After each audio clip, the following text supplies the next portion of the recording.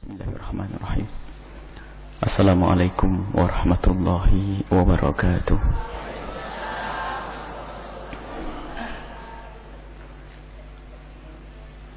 Innal hamdalillah nahmaduhu wa nasta'inuhu wa nastaghfiruh wa na'udzu billahi min shururi anfusina wa min sayyiati a'malina. May yahdihillahu fala mudilla lahu wa man yudlil fala hadiya lahu. Wa asyhadu an la ilaha illallah wahdahu la syarika lah. Wa asyhadu anna sayyidana Muhammadan abduhu wa rasuluh. Allahumma shalli wa sallim ala sayyidina Muhammad al-bashir wan nadhir alladhi tanfatihu bihi abwabul khairi wa tanghaliqu bihi abwabush syarri wa ala alihi al-athhari wa ashabil akhyari. Allahumma ya rabbana a'inna ala ta'atika wa a'inna ya rabbana ala tarki ma'siyatika, a'inna ya rabbana ala dhikrika wa syukrika wa husni ibadatika. Allahumma ya rabbana urzuqna fahman nabiyyina wa hifdzal mursalina wa ilhamal malaikatil muqarrabin.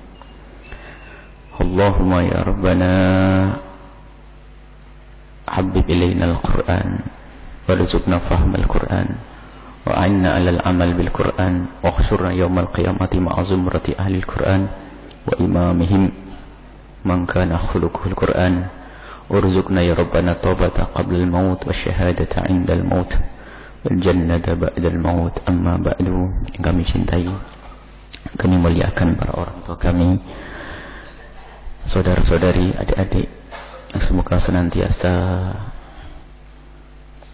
dimuliakan oleh Allah dengan kerinduan dan kecintaan kepada Al-Quran, dimuliakan oleh Allah dengan pemahaman yang benar kepada Al-Quran, dan dimuliakan oleh Allah dengan kemudahan untuk mengamalkan Al-Quran.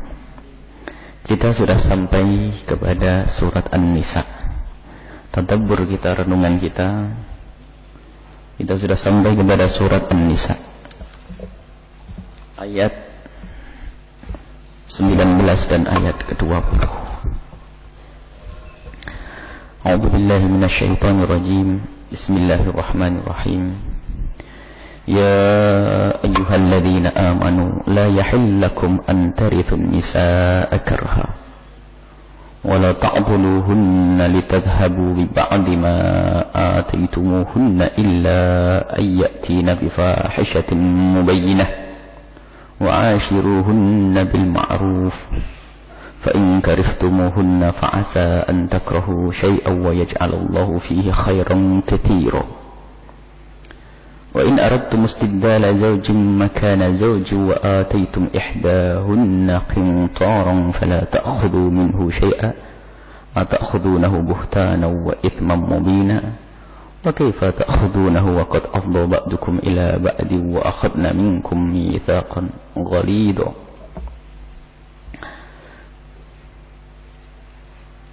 Allah Subhanahu wa ta'ala menyeru kepada ahli iman yang percaya Nabi Muhammad adalah utusan Allah yang membawa Al-Quran dengan pedoman hidup. Ya ayyuhalladzina amanu, wahai hamba yang telah mendakwakan dirinya sebagai ahli iman, yang mengaku punya iman. Imanmu adalah keyakinanmu, imanmu adalah kepercayaanmu bahwasanya yang dibawa oleh Nabi Muhammad adalah segala kebenaran dan kebaikan. Di dalam Al-Quran itulah kebahagiaanmu di dunia dan di akhirat. Maka wahai orang yang telah mengaku dirinya beriman, dengar nih hukum-hukum berikut ini, undang-undang berikut ini, aturan-aturan berikut ini. Wahai orang-orang yang beriman, la yahillu lakum an tarithun nisaa karha. Yang pertama, hukum yang harus kau dengar. Tidak halal, tidak diperkenankan, haram artinya. An tarithun nisaa karha, kalau engkau mewarisi wanita-wanita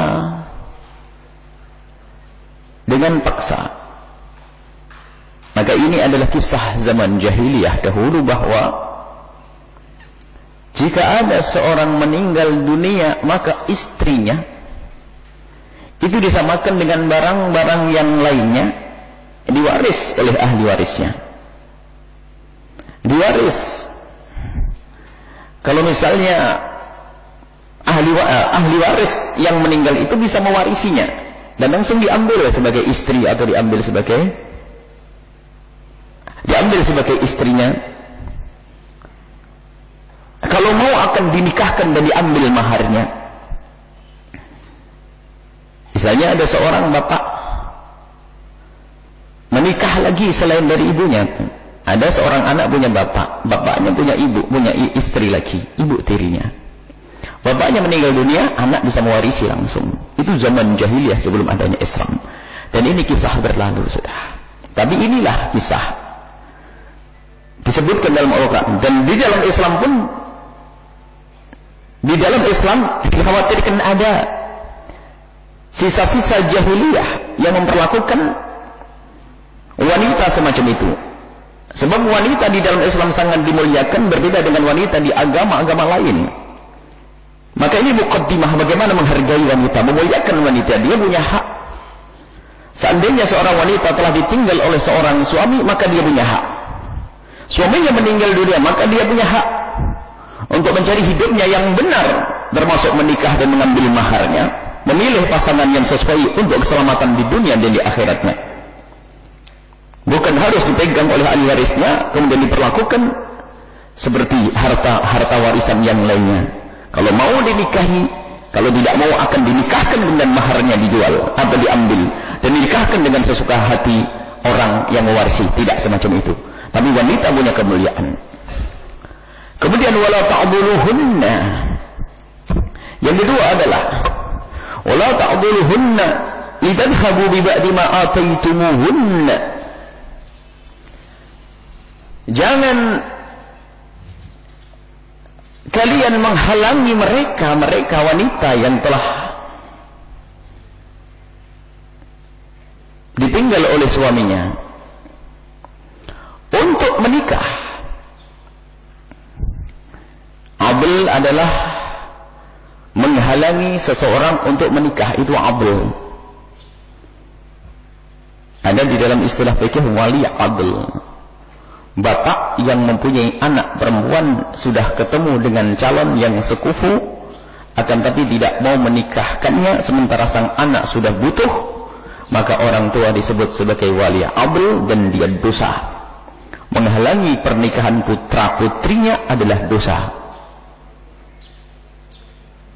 Dosa dan dilarang di dalam Al-Quran, maka dikatakan sebagai dosa gede karena bisa menjadikan sebab perzinaan terjadi. Di sini ada dikisahkan juga, dahulu itu ada orang kalau sudah jahat kepada seorang perempuan, dibuat dirinya menggantung, tidak dicerai agar tidak bisa menikah dengan yang lainnya. Pun demikian, tidak digauli sebagaimana mestinya seorang wanita sebagai seorang istri, sehingga tersiksa. Tidak dilepas agar menikah dengan laki-laki yang lain, tidak. Tetap dipegang di bawah naungannya, tapi tidak dimuliakan, tidak diperlakukan sebagaimana seorang istri. Mau menikah lagi tidak bisa. Dan ada yang mengatakan bahwasanya di sini ada termasuk sisa-sisa jahiliyah atau pekerjaan orang jahiliyah terdahulu seperti itu. Jika ada seseorang itu ditinggal oleh suaminya, maka dipegang diwariskan. Sang pewaris, apakah itu anak atau keluarga yang memegang itu perempuan, dan tidak bisa menikah lagi kecuali kalau sudah berani membayar. Ada lagi seorang suami, ini suami jahat, tidak akan memperkenankan istrinya menikah lagi kecuali membayar. Ya karena kejahatan seorang laki-laki. Ini akan diselesaikan oleh Islam. Makanya yang terjadi di zaman sekarang yaitu orang Arab, orang jahiliyah itu. Ada sebagian orang karena jahatnya istrinya dipersulit sudah dia tidak memberi nafkah kepada seorang istri, tidak memuliakan, tidak menghargai, pun demikian tidak mencerai agar sang istri bisa segera menikah dengan laki-laki yang lain. Tidak. Akan tapi tujuannya apa? Kalau kamu bayar. Kalau kamu bayar. Kalau kamu bayar, nanti baru saya cerai. Baru seorang istri dengan susah payah mengeluarkan duit, termasuk mahar yang pernah diberikan dahulu akan dikembalikan. Karena apa? Agar bisa dicerai, agar bisa menikah setelah itu. Maka dilarang. Sehingga di dalam Islam yang ada adalah dua pilihan. Jika engkau dengan istrimu, hendaknya kau perlakukan mereka dengan baik. Jika engkau pun tidak bisa, karena ada satu hal yang menjadikan engkau tidak bisa berbuat baik dengan istrimu, maka lepaslah dengan cara yang baik. Imsak bima ma'ruf atau tasrih bi ihsan. Engkau hidup di dalam naunganmu dengan cara yang baik atau kau lepas dengan cara yang baik. Tidak ada permusuhan yang ada di dalam Islam. Sehingga kalaupun terjadi perceraian yang indah, tidak menimbulkan permusuhan, tidak menimbulkan pertentangan. Illa ya'tiya bi fahishatin mubayyinah. Kecuali bagi seorang istri yang memang melakukan satu kejahatan, kekejian, misalnya perzinaan atau nusus, tidak patuh dengan seorang suami. Tidak ada kepatuhan, dan makna kepatuhan banyak sekali. Karena urusan mubah menjadi wajib kalau memerintahkan itu suami. Nusus itu menjadikan seorang istri tidak berhak mendapatkan nafkah. Maka jika ada seorang istri nusus, seorang suami berhak menarik kembali nafkah yang diberikannya untuk pendidikan.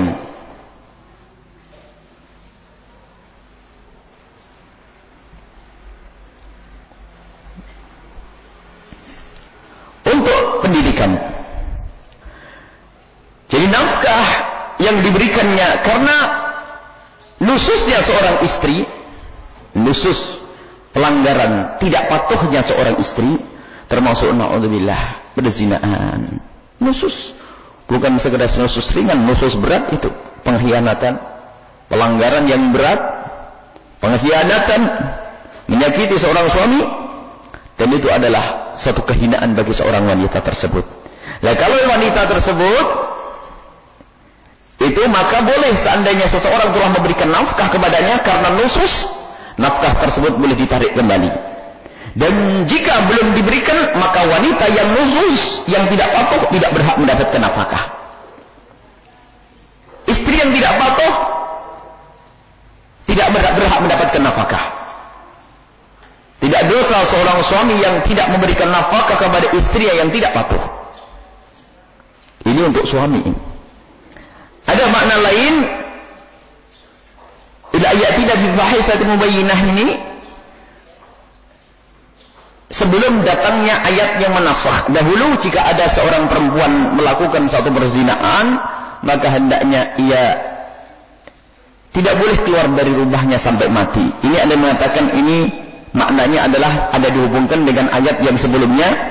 Zaman dulu sebelum datangnya ayat rajam atau ada hukum rajam dan sebelum adanya hukum cambuk, maka jika ada seorang wanita atau seseorang melakukan zina, maka mereka adalah diletakkan di rumahnya sampai mati. Kemudian itu dihapus, maka yang ada adalah hukuman. Seorang yang melakukan zina adalah dirajam kalau dia adalah zina muhsan. Orang yang pernah menikah kok melakukan berzinaan maka hina, dan dia adalah dirajam sampai mati. Itu pun ada aturannya yang sudah kami jelaskan, dan tidak dianjurkan dan tidak disunahkan orang untuk datang ke mahkamah minta rajam. Tidak. Itu adalah kesalahpahaman sebagian orang yang ingin menegakkan syariat tapi bekal ilmunya kurang. Sehingga kalau ada orang berzina tidak dihimbau dan tidak dianjurkan untuk datang lalu berkata, tolong aku dicambuk saja karena aku berzina. Tidak. Akan tapi yang ada dari pendidikan Nabi Sallallahu Alaihi Wasallam adalah siapapun yang kepleset terjerumus dalam zina hendaknya ditutup. Tidak usah disampaikan, tidak usah dihukum rajam dan tidak usah hukum cambuk. Biar antara dia dengan Allah saja.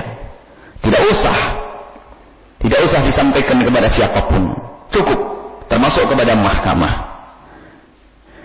Baik, kemudian selanjutnya, wa'ashiruhunna bil ma'ruf. Nah, dengan bermacam-macamnya wanita yang ada di sekitarmu, wahai para suami, istrimu punya karakter yang berbeda-beda. Maka wa'ashiruhunna bil ma'ruf, perlakukan mereka dengan ma'ruf, dengan baik. Kalimat ma'ruf bukan bil mahabbati wal mawaddati, bukan. Yang namanya ma'ruf lebih luas daripada mahabbah dan mawaddah. Tidak cukup hidup menjalin keindahan dalam rumah tangga atau melestarikan hidup berumah tangga, tidak semata-mata harus ada yang namanya itu cinta. Tapi kesadaran dia punya kewajiban untuk berbuat baik, itulah yang menjadikan lestari. Sehingga kalimat ma'ruf lebih luas daripada mahabbah. Artinya, kalau mawaddah itu, engkau berbuat baik kepada istrimu karena engkau cinta kepada istrimu, sederhana, ringan. Tapi yang dahsyat lagi adalah engkau bisa berbuat baik kepada istrimu di saat engkau tidak mencintainya. Itulah ma'ruf. Itulah ma'ruf. Fa in karihtumuhunna fa 'asa an takrahu syai'an wa yaj'al Allahu fihi khairan katsira. Mungkin ada suatu ketika engkau tidak senang dari istrimu, dan hal ini adalah tidak senang bukan urusan kepada Allah, tidak senang karena mungkin kurang cantik atau kurang yakni secara fisiknya atau mungkin pelayanannya kepadanya. Khususnya masalah fisik. Ada satu hal yang perlu diperhatikan, bahwa jika ada seorang laki-laki yang menjadikan istri semata-mata pembangkit syahwat, dia telah salah di dalam menjalani hidup. Jika seorang suami mencari seorang istri semata-mata untuk membangkitkan syahwat, telah salah di dalam menjalani hidup. Yang benar adalah di saat ada bangkit syahwat, ada tempat untuk menyalurkan dengan cara yang benar. Tolong dibedakan dua makna ini. Jadi bukan pekerjaan kita setiap hari membangkitkan syahwat begitu. Akan tapi di saat tidak dibangkitkan syahwat kita oleh Allah, maka gunakan untuk beribadah kepada Allah. Dan di saat syahwat itu bangkit, kita punya tempat untuk menyalurkan syahwat dengan cara yang benar. Sehingga di dalam hal ini, lihat, kisah cintanya ahli iman, kisah hidupnya ahli iman adalah dasarnya adalah Allah.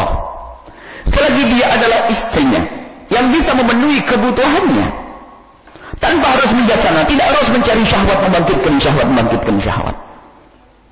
Jadi bukan kita hidup itu untuk membangkitkan syahwat, bukan begitu. Itu kan cara hidupnya orang yang tidak kenal Allah. Selalu mencari sarana dan prasarana bagaimana membangkitkan syahwat. Bukan, di saat syahwat tidak bangkit, maka itu adalah kesejukan. Dia bisa melakukan ibadah dan seterusnya.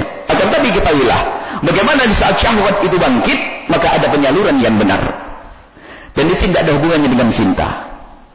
Artinya jika seorang suami mempunyai seorang istri yang tidak mencintainya sekalipun, artinya seorang suami tidak cinta kepada istri, ketahuilah bahwa mungkin dia berkata, istriku sudah tidak membangkitkan syahwatmu, istriku sudah tidak membangkitkan syahwatku. Apakah di dalam pernikahan kerjaannya membangkitkan syahwat saja? Bukankah pekerjaan masih banyak lagi kita dengan Allah Subhanahu wa ta'ala? Itu sudah salah cara pandang yang semacam itu, kata Syekh Muhammad Mutawalli Sya'rawi. Akan tapi jadikanlah istrimu adalah di saat ada bangkit syahwatmu, maka ada tempat untuk menyalurkannya. Sehingga tidak harus selalu istrinya begini sampai ada istrinya diseksa untuk membuat badannya model begini, timbangannya diatur begini, mocakmu bedaknya begini, macam-macam rambut begini, pusing. Akan tapi ketahuilah bahwa di saat ternyata kok tidak bangkit syahwat, bisa sama-sama mendekatkan diri kepada Allah beribadah. Tapi di saat ada syahwat, ada tempat melampiaskan syahwat dengan cara yang benar, cara yang diridai oleh Allah Subhanahu wa ta'ala. Maka ma'ruf itu di situ. Jangan gara-gara sudah tidak membuat syahwatku bangkit. Terus kalau tidak membangkitkan syahwat, apakah lalu kita mencari-cari untuk sesuatu yang membangkitkan syahwat kita?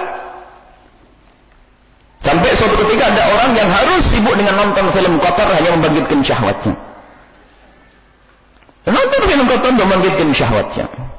Sehingga yang dicari adalah bangkitnya syahwat. Jika syahwat tidak bangkit, ya itulah ketenangan yang diberikan oleh Allah kepada seorang hamba.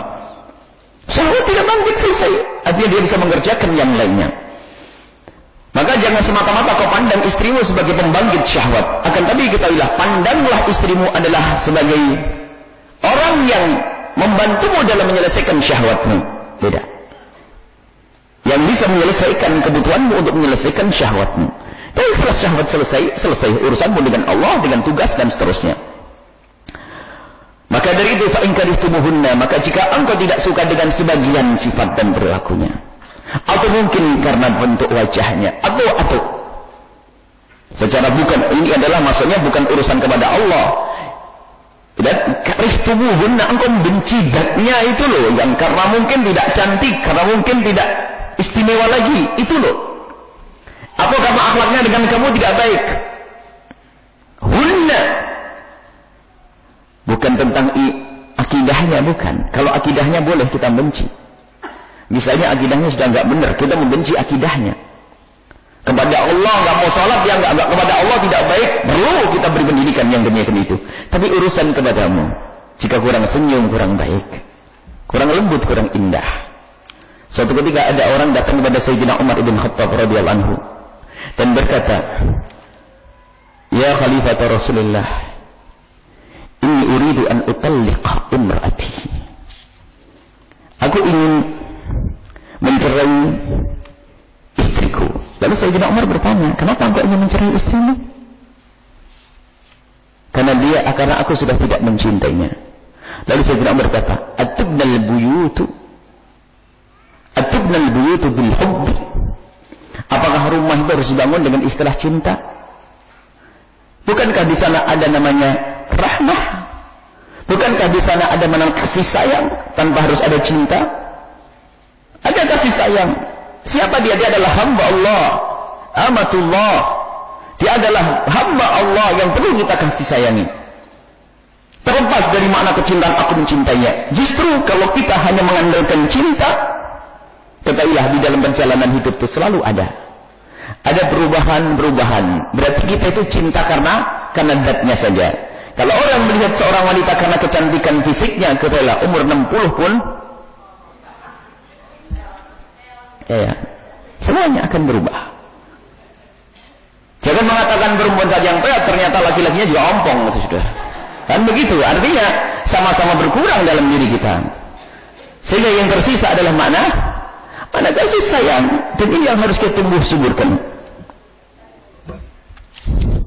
Disebutkan juga bahwasanya perceraian, kalau ada ini kisah minta petunjuk Sayyidina Umar, saya akan mencerai istri saya. Kalau karena aku sudah tidak mencintai, ini karihun, ana sudah enggak senang dengan istriku. Dijawab oleh Sayyidina Umar, apakah pernikahannya harus dibangun, rumah itu harus dibangun dengan cinta? Bukan, tidak harus dibangun dengan cinta. Akan tapi ketahuilah, untuk membangun rumah tangga tidak harus dengan cinta. Akan tapi lihat, kebutuhan sebagai seorang laki-laki butuh dengan seorang wanita. Dan dia adalah yang membantumu dan menyelesaikan urusanmu. Apakah tidak cukup kalau dia adalah sebagai seorang wanita yang sesungguhnya, yang bisa menyelesaikan urusanmu, syahwatmu dan selesai dan segalanya? Apakah tidak cukup itu untuk mempertahankan kesinambungan hidup dalam rumah tangga? Jadi jangan semata-mata aku tidak cinta, masalah cinta. Bahkan yang namanya perceraian ternyata tidak ada hubungannya dengan cinta. Sehingga mungkin seorang mencerai istrinya karena padahal ada cinta, tapi karena satu hal lain sesuai dengan petunjuk syariah. Mungkin orang bisa mencintai istrinya atau suaminya, akan tapi harus berpisah karena satu hal. Dan mungkin itu semua terjadi. Dan mungkin disebabkan karena satu hal yang tidak boleh diceritakan kepada siapapun. Maka nggak ada hubungannya di sini. Maka dari itu jangan sampai ada yang beralasan ingin berbubar rumah tangga gara-gara tidak ada cinta. Ada tanggung jawab di situ. Kalau tidak ada namanya mahabbah, ada mawaddah. Tidak ada mawaddah, ada rahmah. Tidak ada rahmah, ada tanggung jawab. Ya? Tidak ada mahabbah, ada mawaddah. Mawaddah itu adalah makna kasih sayang melihat karena dia lemah, karena dia sudah mulai sepuh, kan sudah mulai sakit malah ditinggal. Bukan begitu. Setelah itu ada rahmah, kasih sayang. Setelah itu ada tanggung jawab masuliyah. Tanggung jawab di hadapan Allah. Dia adalah istriku, dia adalah suamiku. Dulu dia bisa memberiku begini. Sekarang tidak bisa. Berarti itu mengangkat derajatku. Aku yang akan sempurnakan. Aku akan lanjutkan. Bukan dikit-dikit minta cerai dan sebagainya. Bukan seperti itu. Kecuali pelanggaran syariat. Umumnya seorang istri nggak sholat. Disuruh sholat nggak mau sholat.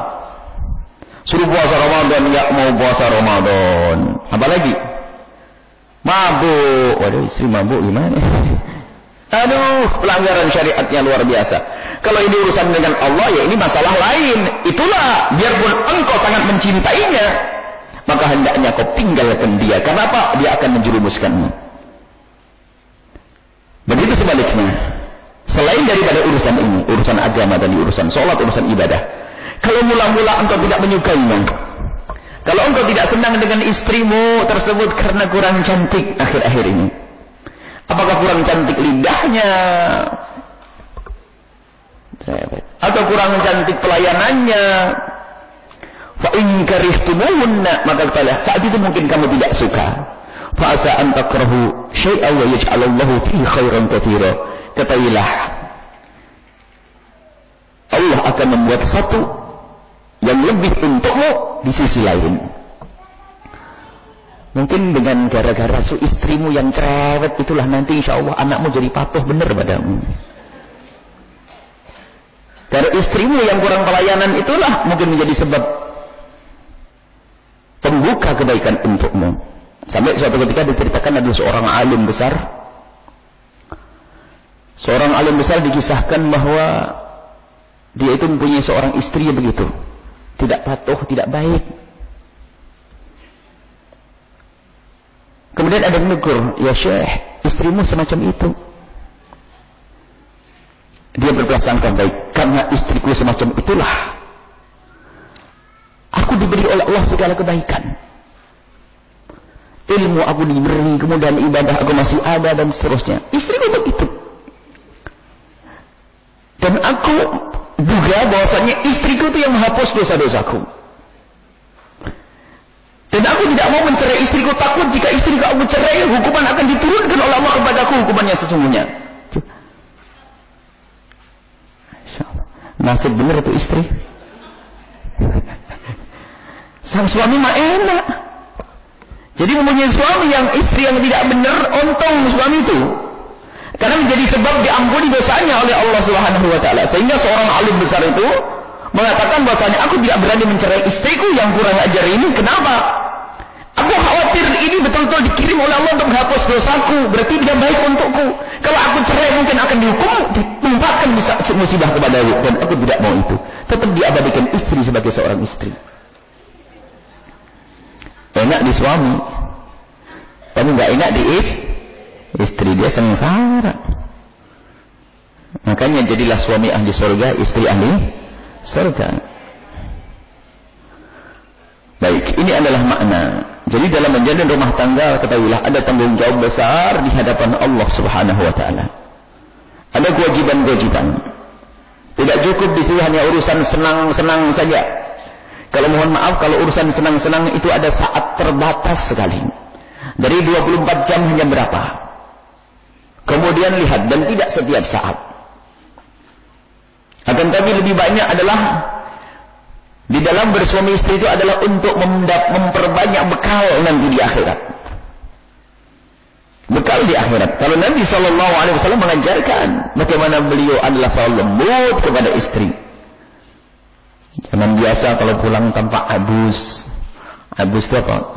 Abus itu wajahnya cemberut. Suami istri pun begitulah. Jangan sampai cemberut. Cemberut. Cemberut itu gimana? Coba lah ibu dipotong. Fotonya kamera ada foto cemberut. Mestinya perempuan itu kan bingung dandan cantik untuk suami. Sekarang cemberut, sudah nggak dandan cemberut lagi. Iya kalau cantik. Sudah nggak cantik, nggak dandan cemberut. Akhirnya iya kalau suaminya kayak syekh yang tadi itu. Ini betul-betul pengangkat dosa. Jangan sebagai istri pengangkat dosa model begini. Jadilah istri pengangkat dosa yang menjadi mitra, teman baik dalam beribadah. Jangan istri pengangkat dosa. Wah, aku akan menjadi pengangkat dosa untukmu wahai suamiku. Terus gimana? Aku akan kasar padamu, kurang ajar, biar dosamu habis. Oh, ya nasib itu istri yang sengsara. Sayyidina Umar bin Khattab radhiyallahu anhu sangat lembut dengan keluarganya dan anak-anaknya yang semula beliau adalah sangat kasar dan keras kepada anak-anaknya. Baik, setelah jadi peringatan bahwasanya wanita harus kita perlakukan seperti itu. Pendidikan bagi kaum laki-laki. Di sana juga ada pendidikan bagi kaum wanita dong. Jangan seenaknya sendiri menentang ada pesan begini, ya sudahlah saya suka-suka. Oh tidak, neraka awas. Uritu fa inni uritu anna akthar ahli nari an-nisa. Nabi pernah melihat juga kebanyakan di neraka adalah perempuan. Nah, perempuan yang tadi itu menjadikan suaminya dapat pengampunan dosa dari itu. Perempuan yang kurang ajar, ngomong nyelkit, prasangka buruk, enggak benar. Oh, ada hitungannya itu. Kalau suamimu sabar masuk urusan dengan Allah. Makanya jangan sampai dengan suami itu begitu. Hati-hati itu. Nah, ini senang banget bapak-bapak ini. Jangan. Hati-hati. Cemberut sesaat ada nilainya itu. Kenapa harus cemberut? Suami capek, disambut dengan cemberut, nggak ada terima kasih dan seterusnya. Dan haknya seorang istri kepada suami lebih gede daripada haknya kepada orang tuanya. Awas. Dan awas. Nggak ada kemuliaan bagi wanita setelah itu. Dan hati-hati akan diberi oleh Allah hukuman yang mengerikan setelah itu. Tapi sebaliknya juga, bagi seorang istri yang ia bisa melayani suami dengan sesungguhnya Allah, seperti jihad di jalan Allah. Paling enak itu jihadnya perempuan. Ada seorang wanita datang kepada Nabi ngiri. Wanita zaman Nabi itu ngirinya ngiri kebaikan.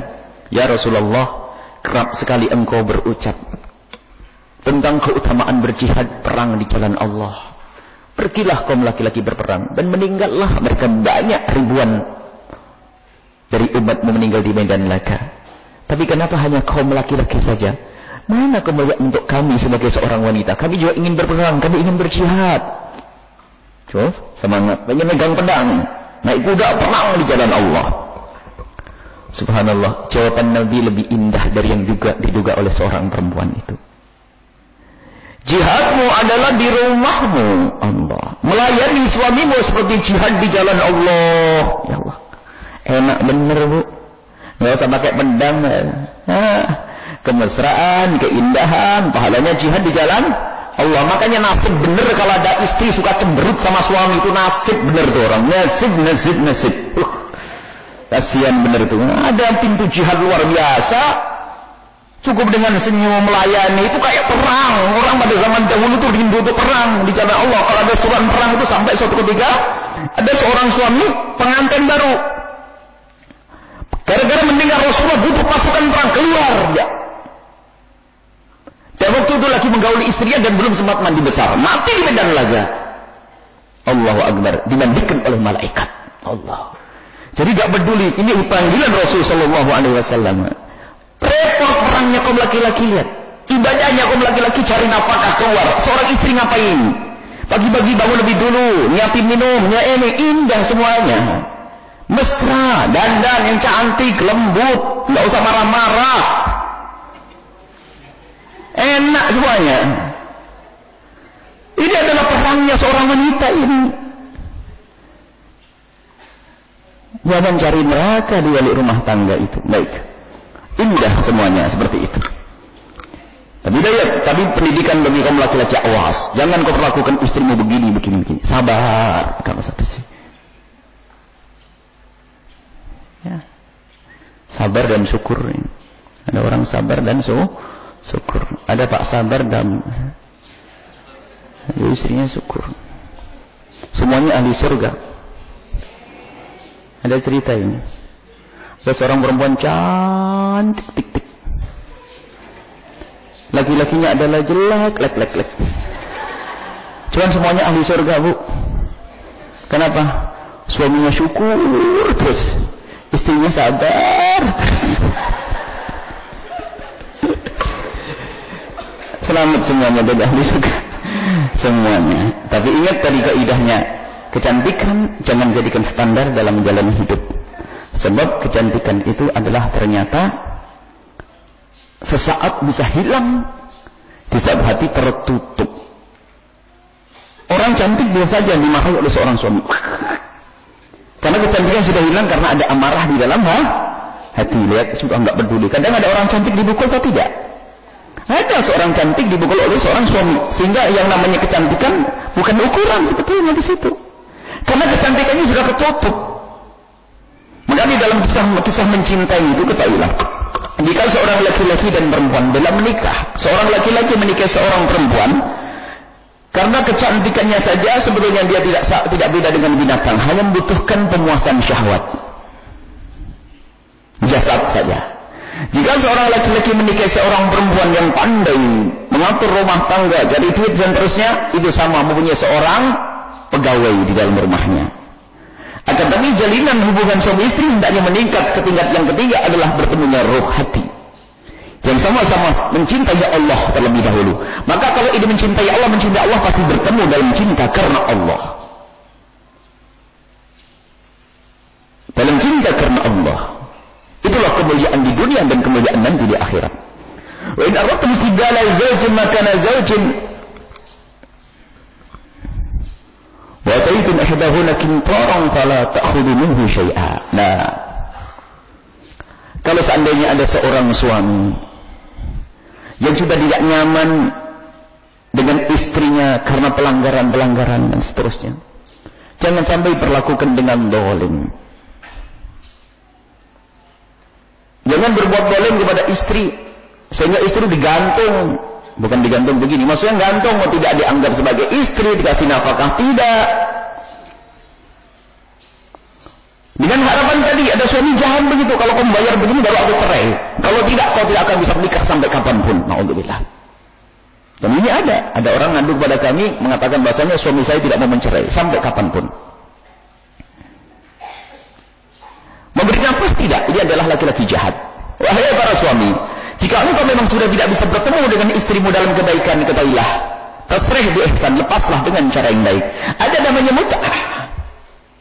Mut'ah itu adalah pendidikan dalam Islam. Kalau seorang suami mencerai istrinya, itu hendaknya dengan baik-baik dan diberi hadiah sang istri itu untuk kehidupannya.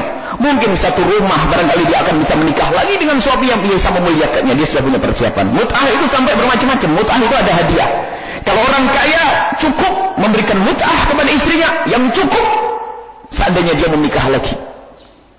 Bekal, rumah, sudahlah wahai wanita yang kau adalah bekas istriku, pergilah engkau. Ini adalah mut'ah dariku. Oh, dimuliakan.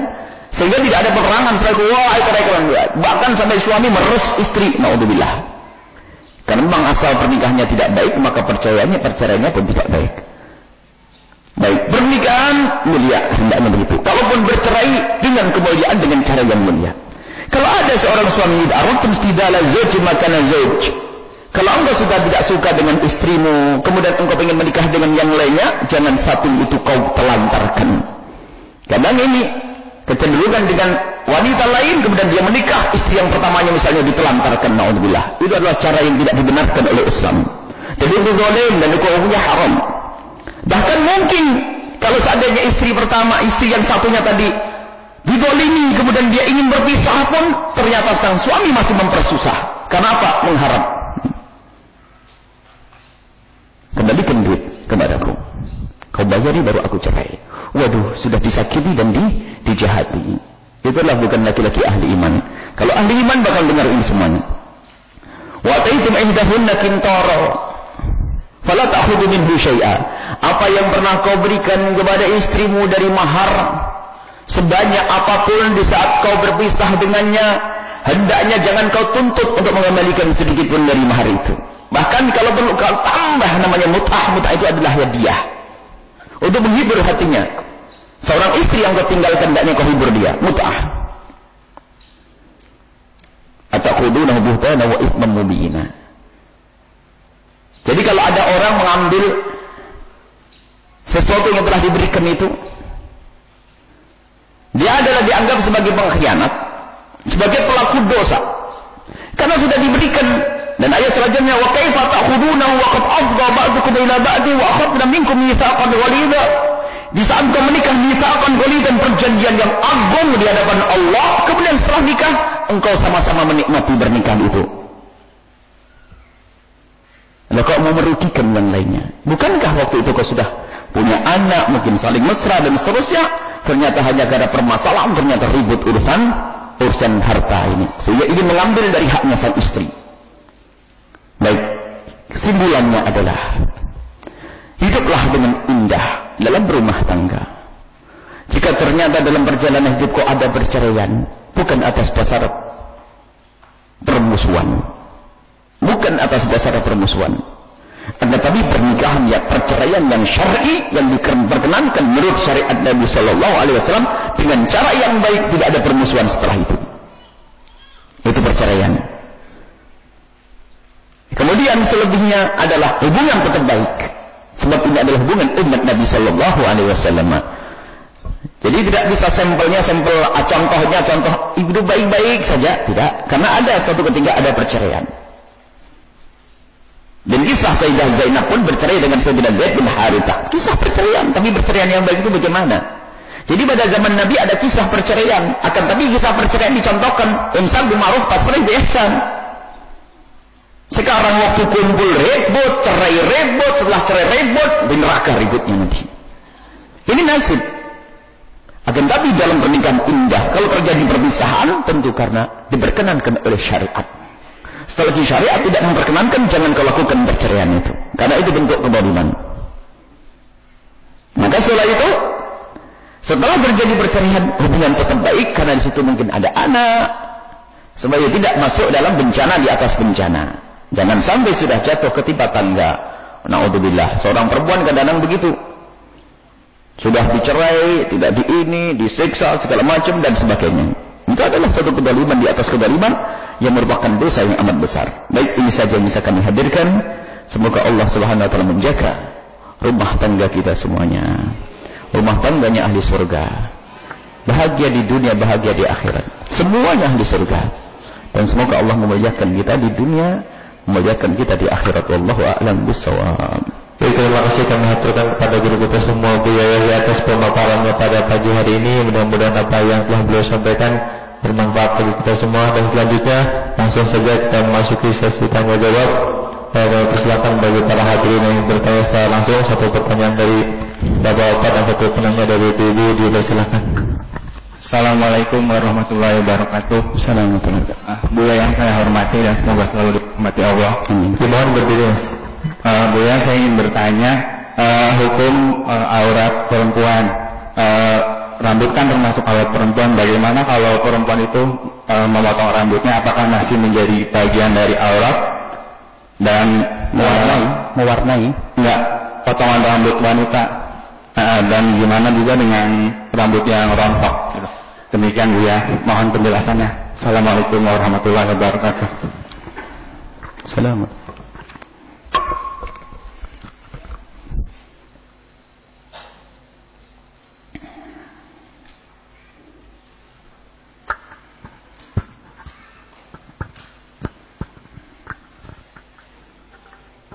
warahmatullahi wabarakatuh.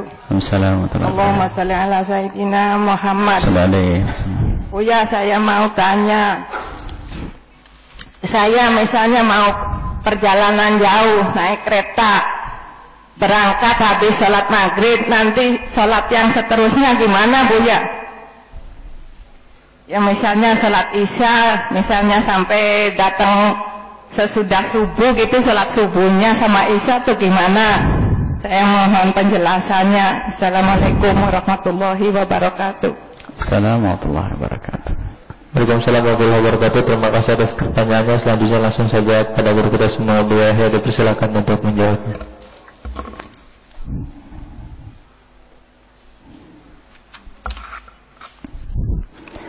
Bismillahirrahmanirrahim. Yang pertama adalah rambut. Hukum rambut seorang wanita adalah aurat, baik di saat masih bersambung dengan wanita tersebut ataupun di saat sudah terputus. Maka aurat, dan itu yang dikukuhkan di dalam mazhab kita Imam Asy-Syafi'i radhiyallahu anhu. Jadi potongan rambutnya seorang perempuan bagi seorang laki-laki yang bukan mahramnya, perempuan lain kepotong rambutnya, kita melihat rambutnya adalah hukumnya haram karena ini termasuk aurat, biarpun sudah terpotong. Ya, jadi tetap aurat. Dan tidak ada perlunya kita mengumpulkan rambutnya seorang perempuan. Jadi aurat. Jadi hati-hati para wanita pun di saat rambutnya dipotong, hendaknya disimpan dan disembunyikan untuk ditanam agar tidak terlihat oleh kaum laki-laki. Itu jelas hukumnya adalah aurat, dan begitulah para ulama menjelaskannya. Baik disambung atau tidak bersambung, di saat bersambung atau tidak bersambung. Berbeda dengan suara. Di dalam mazhab kita Imam Asy-Syafi'i, suara perempuan adalah bukan aurat.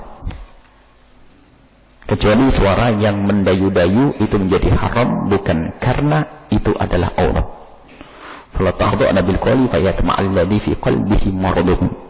Tidak boleh seorang perempuan kalau ngomong sama laki-laki desah-desah, ganjen-ganjen, bikin orang pusing. Yaitu adalah fitnah. Itu haram bukan karena aurat. Tapi menurut mazhab Imam Malik rahimahullahu taala, suara perempuan adalah aurat. Tapi jumhur ulama dari mazhab kita Imam Syafi'i, Imam Ahmad dan Imam Abu Hanifah mengatakan bahwa suara perempuan bukan aurat. Dalam keadaan normal wajar. Ada orang ngobrol, kita dengar suaranya. Tapi kalau sudah mendayu-dayu alias ganjen, menurut orang Jawa Timur kemenyek, maka itu adalah menjadi haram kita mendengarkannya, karena itu akan menjadi rusak hati orang yang mendengarkannya. Adapun rambut kepada para ibu-ibu hendaknya dijaga. Yang dipotong saja hendaknya kita jaga, apalagi yang masih nyambung sama. Nah, pokoknya kalau sanggul itu rambutnya perempuan ya. Lah sanggul itu kalau sanggul itu babnya lain, menyambung rambut adalah hukumnya haram. Al-wasilah namanya. Menyambung rambut adalah tidak diperkenankan. Yang menyambung dan yang disambung adalah ini bab lain lagi. Al-wasilah mustawshimah, yang menanam ini tato dan yang membuat tato adalah sama. Itu adalah juga jenis haram yang lain. Akan tapi yang ditanyakan tadi urusan rambut, hati-hati. Semoga Allah memberikan kepada kita keinsyafan. Kadang seorang mendengar tentang potongan rambut tapi tidak sadar rambutnya yang masih nyambung pun madang masih berkibar.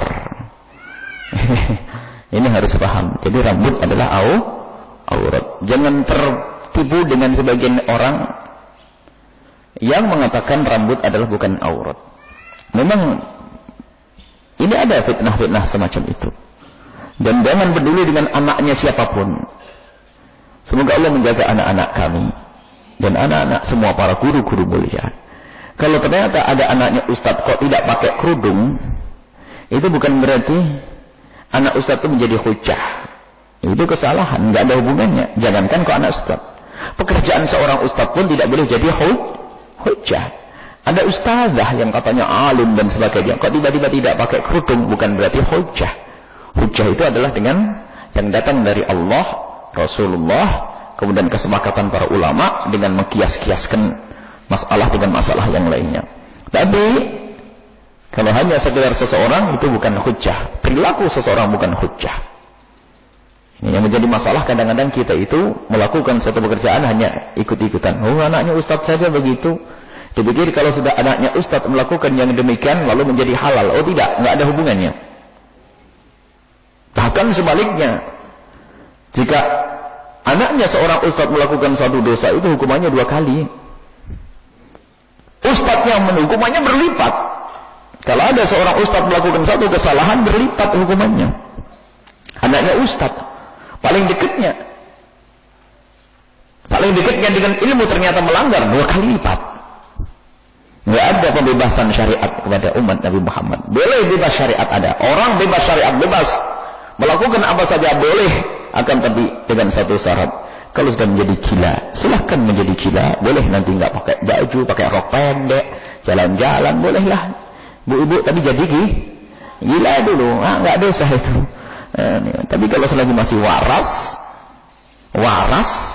maka hukumnya adalah haram. Berarti kalau pengen bajunya bebas, maka menjadilah gila. Berarti tidak waras. Maka yang waras hendaknya tetap menjaga kehormatan, kemuliaan. Apakah berarti yang begitu lalu tidak waras? Oh tidak. Kita doakan semoga siapapun yang membuka auratnya segera bisa menutup auratnya, dan semoga Allah muliakan di dunia dan di akhirat. Baik, kemudian pertanyaan yang kedua adalah seorang ibu bepergian jauh. Kelihatannya kalau sampai subuhnya hilang itu ke Jawa Timur kayaknya ini. Keretanya habis maghrib. Sebab yang namanya kereta Matar Remaja itu memang pas habis maghrib. Gimana? Lakukan di rumah sholat maghrib sama isya sekalian. Menjamak, tapi tidak pakai qasar karena Anda menjamak di rumah Anda sendiri. Dan harus Anda yakini bahwasanya ini boleh. Boleh. Dikatakan oleh para ulama-ulama. Memang kalau kita berpegang kepada sebagian kitab dasar ya, kitab asas, kitab dasar ya dasar. Seperti dalam Matan Fathul Qarib atau sebagainya itu. Memang tidak diperkenankan kecuali sudah berada di dalam bepergian. Akan tapi kita membaca kitab yang lebih luas lagi. Masuk yang dijelaskan oleh Said Alwi waktu memberikan tersyekh kepada Fathul Mu'in. Beliau menjelaskan bahwasanya sangat mudah urusan menjamak. Makanya para ustaz tolong jangan kaku-kaku urusan ibadah ini. Jangan sampai orang pada meninggalkan sholat. Jadi ibu sebelum bepergian boleh menjamak di rumahnya. Kalau diperkirakan di perjalanan nanti susah, sulit. Mau ke Jakarta berangkat jam 2 siang. Berarti asarnya hilang kan? Asarnya hilang. Maka waktu ibu di rumah sholat duhur sekaligus sholat asar. Di rumah. Selesai ini. Jadi menjamak sangat digampangkan. Atau menjamak sampai di rumah. Ini juga sebagian ustaz pada bingung. Ibu berangkat dari Jakarta jam 5 sore. Sholat maghrib boleh belum jam 5 itu? Belum. Karena kereta Cirebon Express itu biasanya jam 5:15. Maghribnya di mana? Di tengah jalan. Ya susah barangkali sholat di tengah jalan. Maka sholatlah, niatlah untuk menjamak takhir antara maghrib dengan isya. Kemudian lakukan sampai di rumah, cuman nggak ada qasar nanti. Lu bagaimana ini sholat maghribnya? Kan di rumah, nggak bisa dijamak dong. Kan di rumah nggak ada jamak, sehingga dikatakan menjadi qadhaan. Tapi qadha di sini qadha yang tidak dosa. Jadi ibu yang penting waktu di kereta masuk waktu maghrib lintaskan niat. Aku akan menarik sholat maghrib di waktu isya. Nyantai ibu, nyantai sampai di rumah. Barang-barang diletakkan, anak ditidurkan, semuanya ibu melakukan sholat maghrib terdahulu sebagai qadha yang tidak dosa.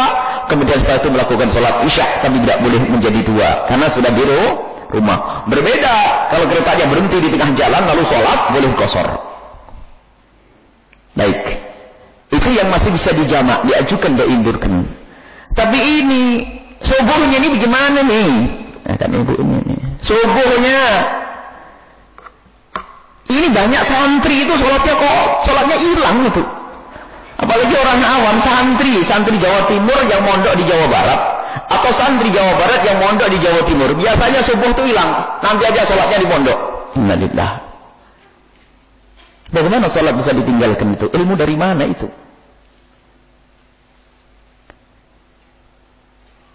Bahkan sebagian merasa berat. Aduh, berat saya kalau sudah bepergian ke Jawa Timur itu pasti subuh hilang. Kelihatannya seberat. Kayaknya benar-benar dia takut ketinggalan sholat. Tapi giliran bepergian nggak mau sholat di atas kendaraan. Ini kan aneh. Ustaz kadang-kadang begitu namanya. Kalau Allah jangan. padahal ada kemudahan. Lakukan perjalanan wajar saja sudah. Karena Anda tidak bisa ngatur jadwal kereta api. Ya kan? Wajar saja kalau ke Jawa Timur berangkat jam maghrib. Kalau nanti subuhnya tengah jalan, bagaimana caranya? Nah ini kemudahan, nggak usah pusing-pusing. Anda sholat di atas kereta. Anda sholat di atas kereta. Lalu gimana caranya? Sebisa mungkin engkau penuhi syarat-syarat sholat. Menutup aurat, bersih dari najis, berwudu, ngadep kiblat. Kalau bisa. Ternyata waduh susah nih. Airnya habis. Saya nggak bawa air. Atau ada baju yang saya pakai. Tadi waktu buang air di sana, aduh kena najis. Gimana nih? Aduh. Berarti nggak bisa menyempurnakan syarat. Maka lakukan sholat dalam keadaan syarat tidak terpenuhi. Nggak bisa berwudu. Nggak usah ikut madhab lain, nggak usah tayamum. Karena tayamum madhab lain boleh pakai sendela dan sebagainya atau cok. Tapi madhab Syafi'i tidak. Tayamum harus dengan yang namanya debu. Maka Anda dalam keadaan sudah nggak bisa mencari baju yang suci, nggak bisa berwudu, nggak bisa ngadep kiblat, nggak bisa. Anda melakukan sholat sesuai dengan kemampuan Anda. Tapi kalau masih bisa memenuhi syarat ngadep kiblat masih bisa, kok nggak ngadep kiblat, itu nggak benar. Main-main dan itu hukumnya haram. Tapi kalau ngadep kiblat ngerepotin orang lain, masa cok harus ditukar dan itu ngerepoti orang, belum tentu semua orang tahu dan mau. Maka cukup Anda melakukan sholat biarpun ngadep ke timur. Cuman kaidahnya apa? Semua sholat yang tidak terpenuhi syarat-syaratnya adalah sah asalkan karena udzur. Cuman wajib diulang, itu saja. Semua sholat yang tidak terpenuhi syaratnya karena udzur, maka sholatnya adalah sah, cuman wajib diulang kecuali masalah menutup aurat.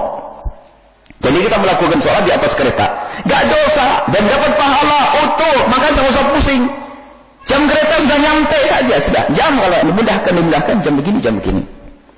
Sholat di atas kereta, sholat. Ada air nggak ada? Kalau bisa wudu sebisanya. Sunnah itu menutup aurat. Semuanya sempurna, baju kena bener, tapi cuman saya tidak bisa ngadep ke kiblat. Karena joknya sempit, ngadepnya ke timur. Baik, sholatlah ngadep ke timur. Yang penting Anda tidak dosa. Cuman nanti sampai ke tempat wajib ngulang. Yang dosa adalah nyantai, nggak melakukan sholat. Sholatnya di pondok aja deh nanti. Lalu gimana ini? Nggak ada alasan meninggalkan sholat dalam keadaan apapun. Dan ini ilmu yang jarang dihadirkan. Sehingga banyak rombongan meninggalkan sholat. Alasannya nanti saja, nggak ada sholat dalam keadaan apapun. Tidak ada alasan meninggalkan sholat. Nggak ada istilah nggak bisa. Orang sholat boleh nggak pakai baju, sah. Kapan itu? Di saat nggak punya dan sah, itu saja nggak wajib diulang. Jadi ingat kaidahnya. Syaratnya ada menghadap kiblat, bersih dari najis, punya wudu, itu syarat. Menutup aurat itu syarat. Jadi kalau kita melakukan sholat, wajib memenuhi syarat-syaratnya. Kalau tidak terpenuhi syarat, karena nggak bisa, karena udzur, maka sholatnya sah. Dan wajib diulang. Sholat nggak punya wudu. Ibu headnya bersih. Ibu sadar headnya itu suci. Ya Allah, dikeretain. Jam 12 malam, bersih. Headnya kan? Hari sini masih ada keluar darah head. Tapi ibu yakin. Lihat di toilet benar bersih ini bagaimana? Mandi di kereta gimana bentuknya? Mandi di kereta ini. Astagfirullah. Istighfar. Ibu langsung lakukan sholat maghrib sama isya. Karena jam 12 masih bisa ngejar. Kemudian subuhnya juga dilakukan. Nggak pakai mandi. Karena apa? Nggak bisa melakukan mandi. Tapi kalau ada air masih bisa mandi. Kalau lakukan sholat hukumnya haram. Jadi menghormat waktu itu penting. Menghormat waktu itu laporan. Seolah-olah, ya Allah, aku nggak bisa memenuhi dengan benar nih. Aku lapor, ya Allah. Jangan kau hukum kami, ya Allah. Ya sudah, wahai hambaku, kau sudah benar-benar giat. Tapi nanti diqadha. Kecuali Jadi semua syarat yang tidak terpenuhi maka wajib diulang, kecuali masalah menutup aurat. Tapi kalau ada orang sholat tidak punya baju, telanjang kok sholat sah dan tidak wajib ngulang. Itu saja. Wallahu a'lam bishawab. Cukup insyaallah karena waktu. Ini ada beberapa pengumuman. Pengumuman yang banyak sekali. Pengumuman yang pertama adalah bagi kita ingin menggalakkan tausiah dan zikir di beberapa wilayah yang bisa dijangkau oleh radio kita terlebih dahulu, baik radio yang ada di Cirebon, Majalengka, Kuningan, Indramayu dan ataupun di Batam dan lainnya. Kita akan memperbanyak majelis-majelis zikir dan tausiah, menggabungkan dua majelis ilmu dan majelis zikir. Kalau tadi Ustadz menyatakan Abdul Hadi antara majelis tafakkur dan majelis zikir, dan dua-duanya majelis yang dicintai oleh Nabi SAW. Cuma Nabi lebih cinta kepada majelis ilmu dalam satu riwayat. Maka ini kita perbanyak. Jika ada di antara para pendengar atau para hadirin ada masjid yang tidak hidup, maka bisa menghubungi panitia. Nanti bisa mencari orang-orang yang bisa bergerak di sana. Kemudian dari sini akan ikut menggerakkan orang yang ada di sana untuk bisa meramaikan masjid tersebut. Dan ini sudah ada yang bertugas di sini. Yang bertugas, yang keliling adalah para asatid yang ada di pesantren ini, yang dipimpin oleh Habib Novel Alatos dan bersama para habib dan para asatid yang lainnya untuk bisa keliling nanti ke masjid-masjid. Dan itu penting sekali untuk menjaga akidah mereka. Ini kemudian untuk malam ini paling dekat jadwalnya majelis zikir dan tausiah itu adalah malam Ahad dan malam Rabu. Ini malam Ahad dan malam Rabu dulu. Ini di tausiah oleh Habib Novel kapan ini? Malam Ahad 17 Dzulhijjah 11 Oktober. Nanti malam di Masjid An-Nur Suranenggala, Jawa Timur, Suranenggala, Kabupaten Cirebon. Ini mohon bagi orang yang wilayah di sana bisa menghadiri majelis tersebut. Kemudian datang dan hadirilah grand launching August One Day One Juice di Cirebon. Hadirilah kajian kitab Tadhkirah Al-Hadramiyah ini dengan Umi Sabtu sore 16 Dzulhijjah 11 September. Hari ini ya, hari ini baik, hari ini di ruang Madya Islamic Center Kota Cirebon jam 15.45. Sebelum jam 4 sudah kumpul gitu ya. Kemudian majelis zikir tausiah al-bahjah dengan para asatid. Ini barusan yang kami sampaikan. Kemudian tahun baru Islam. Tahun baru Islam ini mohon ini mempersiapkan semuanya agar tahun baru ini benar-benar dikenang dan dirasakan oleh umat Islam. Jangan kita lebih merasakan tahun barunya orang di luar Islam. Jadi kita ada acara nanti tanggal 29 Dzulhijjah atau 24 Oktober, malam tahun baru Hijriah. Start atau konvoy dari sini pelan-pelan sampai ke Masjid Raya. Dan tadi akan disambut di beberapa tempat orang yang pakai mungkin seperti yang kemarin main beca, beda ondel dan membuat syiar lah biar kita senang di jalan. Zikir salat akhir tahun tausiah.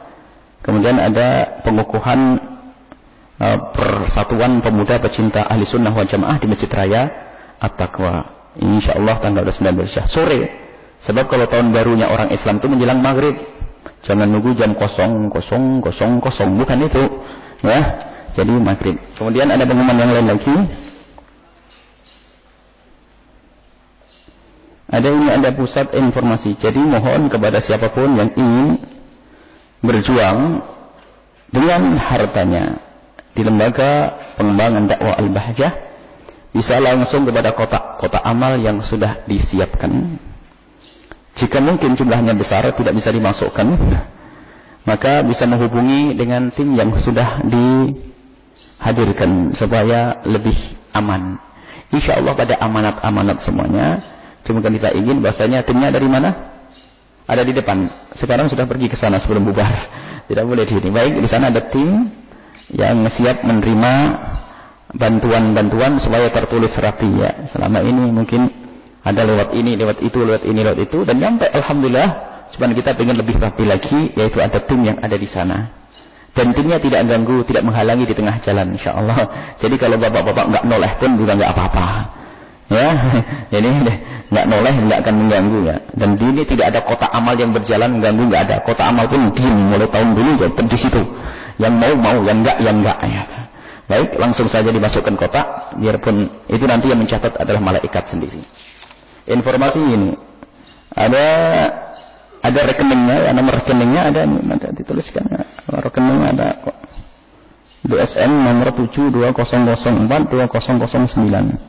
Atas nama Yayasan Al-Bahjah. Ini kayaknya harus sebar saja melalui brosur supaya lebih manfaat nanti. Baik, karena ini ada permintaan dari beberapa orang ingin tahu rekening yang mana akan kita berikan rekening pondok pesantren dan bisa menyalurkan ke tempat tersebut. Dan memang kalau kita pikir dengan rekening itu lebih aman. Kalau orang ada kesukaan langsung, nggak usah laporan. Saya baru nyumbang, nggak usah begitu. Allah sudah tahu biarpun nggak pakai laporan. Kalaupun laporan itu penting untuk bisa dicek. Akan tetap dijaga niat untuk bisa dicek. Bahasanya ada orang yang barusan membantu. Ada biasa membantu dulu, saya baru kirim begini, agar bisa dicek, nggak apa-apa. Jadi lapor tidak lapor nggak penting. Kalau ada laporan untuk menjaga itu bagus, nggak ada masalah. Kalau tidak lapor pun Allah tahu, tetap akan dicatat oleh malaikat. Baik, kebutuhan perangkat publikasi ini banyak dari tim dakwah membutuhkan dana yang amat besar untuk kelengkapan dokumentasi dan yang lain sebagainya. Sebab pengajian kita selalu diabadikan dalam bentuk CD, MP3 dan seterusnya, kemudian juga dipublikasikan. Maka itu semua perlu dana yang besar sekali. Ini dicatat, ini laporan dari tim dakwah. Butuh dana besar sekali. Perangkat multimedia itu sudahlah, jangan ngomong besar. Kita ngadepnya kepada Allah kok ngomong gede. Ini kecil. Uang receh 203 juta. 203 juta lebih.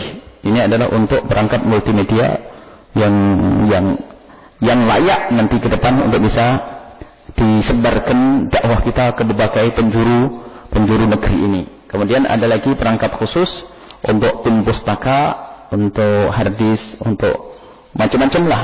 Ini adalah sekitar 40 jutaan. Berarti kurang lebihnya kita perlu dana sekitar 250 juta untuk membantu dakwah. Dan alhamdulillah selama ini berjalan saja ada yang membantu. Jadi alhamdulillah kita duduk di sini, ibu-ibu, bapak-bapak. Ternyata mendengar adalah saudara-saudara kita yang ada di Hong Kong, yang ada di Amerika, yang ada di Singapura. Mereka bahkan ada orang tiba-tiba datang minta ijazah. Ijazah apa? Saya belajar dari awal akhir kitab Minhajul Abidin. Saya tidak pernah melihat. Iya, lewat internet. Jadi ini ada berkahnya, berkat pejuang-pejuang ini. Jadi perlu itu dana dan manfaatnya besar. Kelihatannya mendengar hanya berapa ratusan, mungkin ribuan. Tapi ternyata yang mendengar ini adalah orang yang banyak sekali. Hari ini pun ditayangkan di mana misalnya. Detik ini yang mendengar mana? Cirebon dan sekitarnya. Majalengka, Kuningan dan seterusnya. Blitar, Tulungagung, Kediri. Kemudian di Batam. Kemudian di radio-radio yang lainnya. Belum lagi acara kita juga diputar nanti di beberapa stasiun televisi. Artinya siapapun yang berjuang di sini itu amal jariah yang luar biasa. Belum lagi pembangunan ada bagian masing-masing. Ada pembangunan tetap berjalan. Bang beginilah kami akan pamerkan program-program. Karena apa? Allah akan mengetuk hati si fulan untuk program ini. Allah mengetuk hati ini untuk program ini. Sehingga semua mengambil bagian daripada program ini. Sehingga semuanya selamat. Menjadi pejuang-pejuang Rasulullah Sallallahu Alaihi Wasallam. Ini saja, mari kita tutup dengan doa. Bismillahirrahmanirrahim. Alhamdulillahirabbil alamin. Allahumma salli ala sayyidina Muhammad wa ala ali sayyidina Muhammad. Allahumma arhamna wa la tu'adzibna wansurna wa la tahdhurna wa afina wa la tumridna wa akrimna wa la tuhinna wa atibna wa la tu'thir alaina innaka ala kulli syai'in qadir. Allahumma ya Allah, muliakan kami Allah. Muliakan kami dengan Al-Qur'an ya Allah. Rindukan kami dengan Al-Quran ya Allah. Mudahkan kami untuk membaca dan memahami Al-Quran ya Allah. Kumpulkan kami kelak di surga bersama ahli Quran ya Allah. Ya Allah, ya Allah, berikan kepada kami keinsyafan ya Allah. Keinsyafan ya Allah di saat kami mendengar kebenaran ya Allah. Jadikan hati kami bisa menerima kebenaran dan mudah mengamalkannya. Dan jangan kau jadikan kami hamba-hamba ya Allah yang hanya bisa mendengar kebenaran akan tapi tidak bisa mengamalkannya. Kami mohon ampun ya Allah. Mohon ampun dan mohon perlindungan kepadamu dari pandai berucap tapi tidak bisa mengamalkannya. Kami mohon mudahkan kami semua ya Allah untuk menjaga keluarga kami ya Allah. Wujudkan keindahan dan rumah tangga kami, suami istri yang saling mencintai karenamu. Suami istri yang saling mencintai karenamu. Dan kami mohon ya Allah, ya Allah, ya Allah. Siapapun yang di dalam rumah tangganya Engkau uji dengan percekcokan dan perselisihan, kami mohon detik ini saat ini gantilah dengan kasih sayang ya Allah, gantilah dengan keindahan dan keharmonisan. Dan kami mohon yang belum menikah, kami mohon wujudkan ya Allah, mudahkan mereka untuk mendapatkan pasangan orang-orang mulia yang Kau muliakan, yang menjadi sebab mereka mulia di dunia dan di akhirat. Dan kami mohon ya Allah, bantulah kami untuk menutup aurat kami, anak-anak kami semua ya Allah, rindukan mereka untuk menutup aurat mereka, dan jadikan kebanggaan mereka adalah di saat mereka bisa menutup aurat mereka. Jangan sampai mereka tertipu dengan budaya-budaya di luar sana. Dan kami mohon ya Allah, jika ada di antara saudari-saudari kami yang di luar sana, mereka belum bisa menutup aurat mereka, akan tapi mereka masih mendengar hal-hal yang semacam ini, sungguh mereka adalah hamba yang Kau pilih. Maka kami mohon ampuni mereka dan mudahkan mereka untuk menutup aurat mereka dan angkat derajat mereka ya Allah. Ya Allah, ya Allah, ya Allah. Ya Allah, Engkau sungguh maha kasih, Engkau maha kuasa untuk merubah siapapun ya Allah, dengan kasih sayang-Mu ya Allah. Dan ampuni kami semua ya Allah. Dan jika ada di antara hamba-Mu yang tersakiti hatinya oleh kalimat-kalimat kami mohon gantilah dengan kebahagiaan, dengan kemuliaan di dunia dan di akhirat. Dan kami mohon ya Allah, kirimkan ke tempat ini pejuang-pejuang-Mu yang tulus, ahli surga-Mu, yang berjuang di tempat ini Allah, yang membantu untuk menyebarkan dakwah ini ya Allah. Ya Allah, dan yang sudah berjuang bersama kami mohon ya Allah, berikan kepada mereka ketulusan ya Allah, berikan kepada mereka ketulusan ya Allah, keikhlasan. Jangan sampai apa yang mereka lakukan tidak bisa mereka lihat kelak di surga. Kami tidak ingin itu ya Allah. Kami ingin apa yang mereka lakukan Engkau terima dan menjadi sebab Kau angkat derajat mereka, Engkau muliakan mereka di dunia dan di akhirat. Dan yang sedikit rezeki lapangkan dengan rezeki yang halal penuh berkah, yang sakit sembuhkan, yang punya hutang mudahkan kami dalam membayar hutang-hutang kami. Dan kami mohon panjangkan umur kami dalam ketaatan serta sehat walafiat. Dan kami mohon ya Allah, berikan kepada kami semua husnul khatimah, mati dalam keadaan iman. Dan kami mohon ya Allah, kelak saat Kau hendak mencabut nyawa kami ingin saat itu ya Allah, hati dan lidah kami mampu mengucapkan kalimat agung dan mulia, la ilaha illallah Muhammadur Rasulullah, la ilaha illallah Muhammadur Rasulullah, la ilaha illallah Muhammadur Rasulullah sallallahu alaihi wasallam. Rabbana atina fid dunya hasanah وفي الآخرة حسنة وقنا عذاب النار وصلى الله على سيدنا محمد وعلى آله وصحبه وسلم والحمد لله رب العالمين. الفاتحة.